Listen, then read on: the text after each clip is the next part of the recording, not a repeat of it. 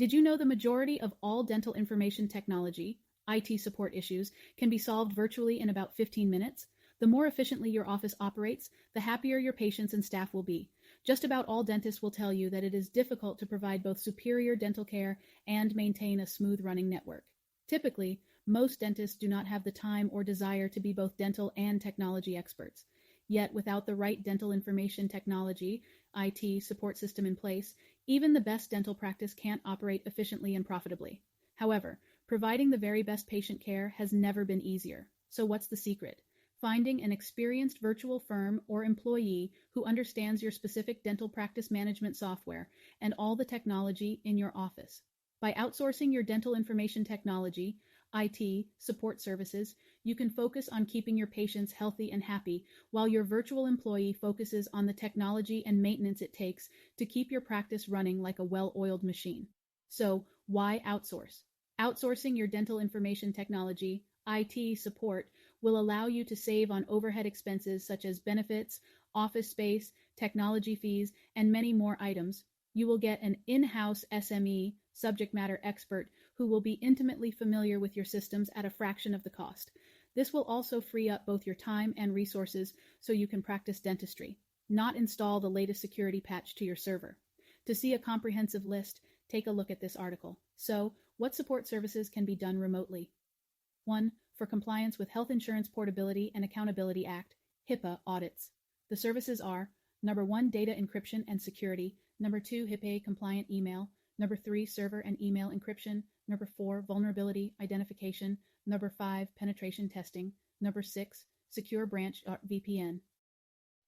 2. For network services, the services are: number 1, online computer backups and data recovery; number 2, cloud services; number 3, systems administrative support and monitoring; number 4, preventative maintenance, routine, preventive maintenance support to optimize system availability and security; number 5, maintaining peak network performance; number 6, firewall management; number 7, web filtering; number 8, antivirus, anti-spam, and anti-malware solutions; number 9, remote updates; number 10, email security; number 11, manage Microsoft updates; number 12, secure wireless networking for patient use; number 3, for desktop support. The services are: number 1, security patches and updates; number 2, help desk support; number 3, software installation; number 4, antivirus and anti-malware programs; number 5, preventative maintenance, routine, preventive maintenance support to optimize system availability and security; number 6, Microsoft Office 365; number 7, software management support such as Open Dental, Patterson EagleSoft, and Dentrix; number 4, for mobile device synchronization; number 5, equipment troubleshooting such as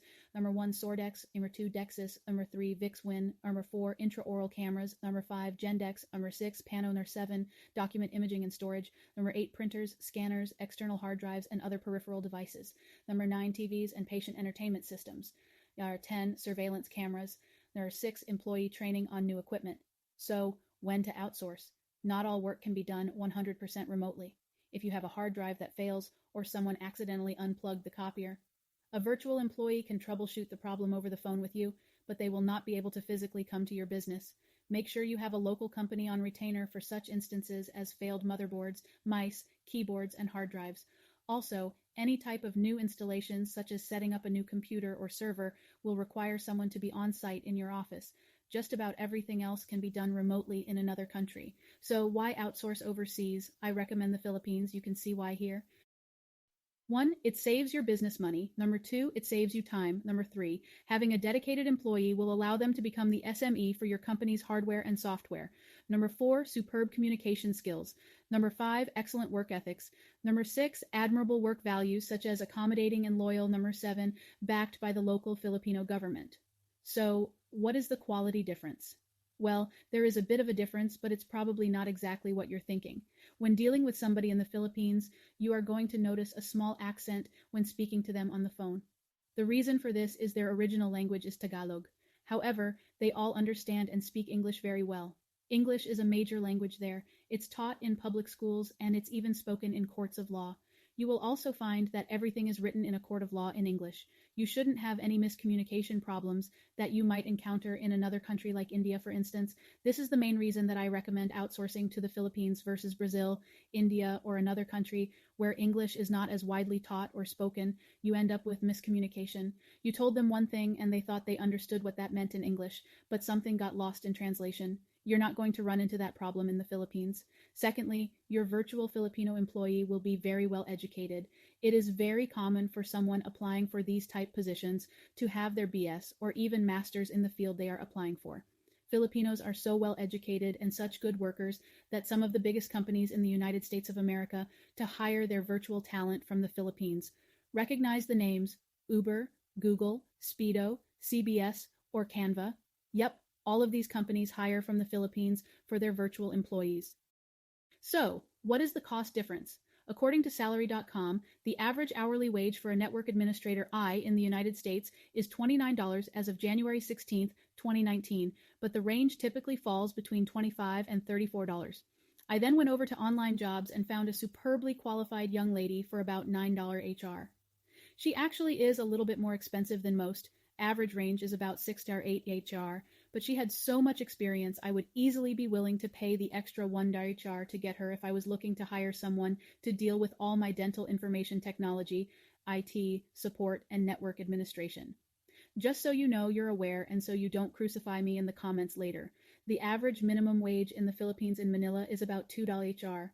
So somebody who's making $3 HR is actually getting paid above minimum wage, and they're not having to travel about an hour one way to their job and back home. For them to be able to stay at home and make $3 HR, they're very happy with that. This translates into about $12 HR in the United States. The cost of living is just much less in the Philippines, so don't think that you're paying them so little that they can't live. Now let's be clear. $2 HR is a minimum wage for them. So it is difficult for them to survive on $2 HR, but $3 HR gives them a little bit of breathing room and a little extra play money. It is not unheard of for someone to be happy with $3 HR in parts of the Philippines. Someone asking $9 HR would be making a ton of money in the Philippines. So, what qualifications to look for? Regardless of whether you hire a network administrator or just simply desktop support, they both should clearly understand computers and have a firm grip on virtual desktop support network administration, so make sure you quiz them on that information. You're also going to want somebody who's a good culture fit for your organization. You want to be comfortable with their personality and know they are trustworthy. You will be building a long-term relationship with them. Remember, you're allowing them into your servers and networks.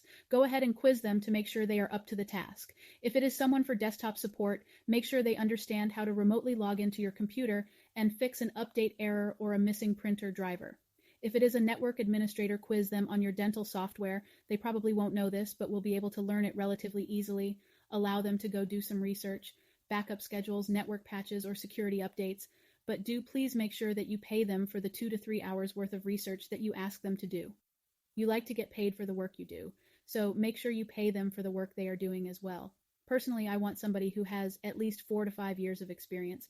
I don't want somebody fresh out of college that has zero experience messing around with my computer network. I want somebody who knows what they're doing, so that's just a prerequisite for me. Also, you will want to hire someone who's used to working from home. It can be different because it's typically very loud. If they're used to being in a quiet office environment and it is loud at home, it may be difficult for them to prioritize and complete tasks efficiently. Now, this is not the norm. I would say you may run into this 2% of the time. Most people are very easily able to work from home, but you want to make sure that they're a self-starter and do not need to be micromanaged. They will have no boss looking over their shoulder, making sure they stay busy. You're going to want somebody who has a high-speed internet connection. Also, during the rainy months, it's common for the power to go out. So you not only want them to have a high-speed internet connection, but you also want them to have a backup. Ask them if the power goes out, how are they going to be able to do their job? In the Philippines, they have everything from dial-up to about 6 megabits per second. Anything above 3 mbps is considered high speed for them. Personally, I require my employees to have 3 megabits per second internet connection to be able to do their job effectively. At 6 to 9 HR, they can easily budget for this expense. Lastly, you want someone who does not have to take care of a family member while on the clock working for you. An example could be a child or an elderly parent. Make it clear to them that if they do have somebody that they're responsible for taking care of, they will need to make other arrangements while they're working for you. If for whatever reason they're not willing to do this, this should be a red flag, and I personally would not hire that person. First, look at their degrees and licenses. Second, On online jobs, you can see their identity proof. They were required to upload their version of driver's license, birth certificate, degrees, and passports to verify they are who they say they are.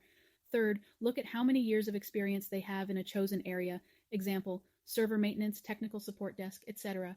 Fourth, test them. During your interview, give them a task that shouldn't be super easy or super hard. How do they handle it? This shouldn't take more than 30 minutes, or you should offer to pay them for the task.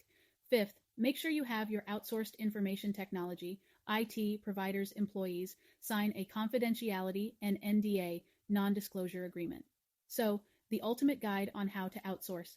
I hope this has helped educate you about outsourcing your dental information technology, IT, support services, and possibly consider outsourcing some of your work overseas. As always, you can message me at our Awesome Outsourcing Facebook page. I'd be happy to chat with you. In the description below, you will find a link to our favorite job board, Online Jobs. Hope this has been helpful. See you in the next video.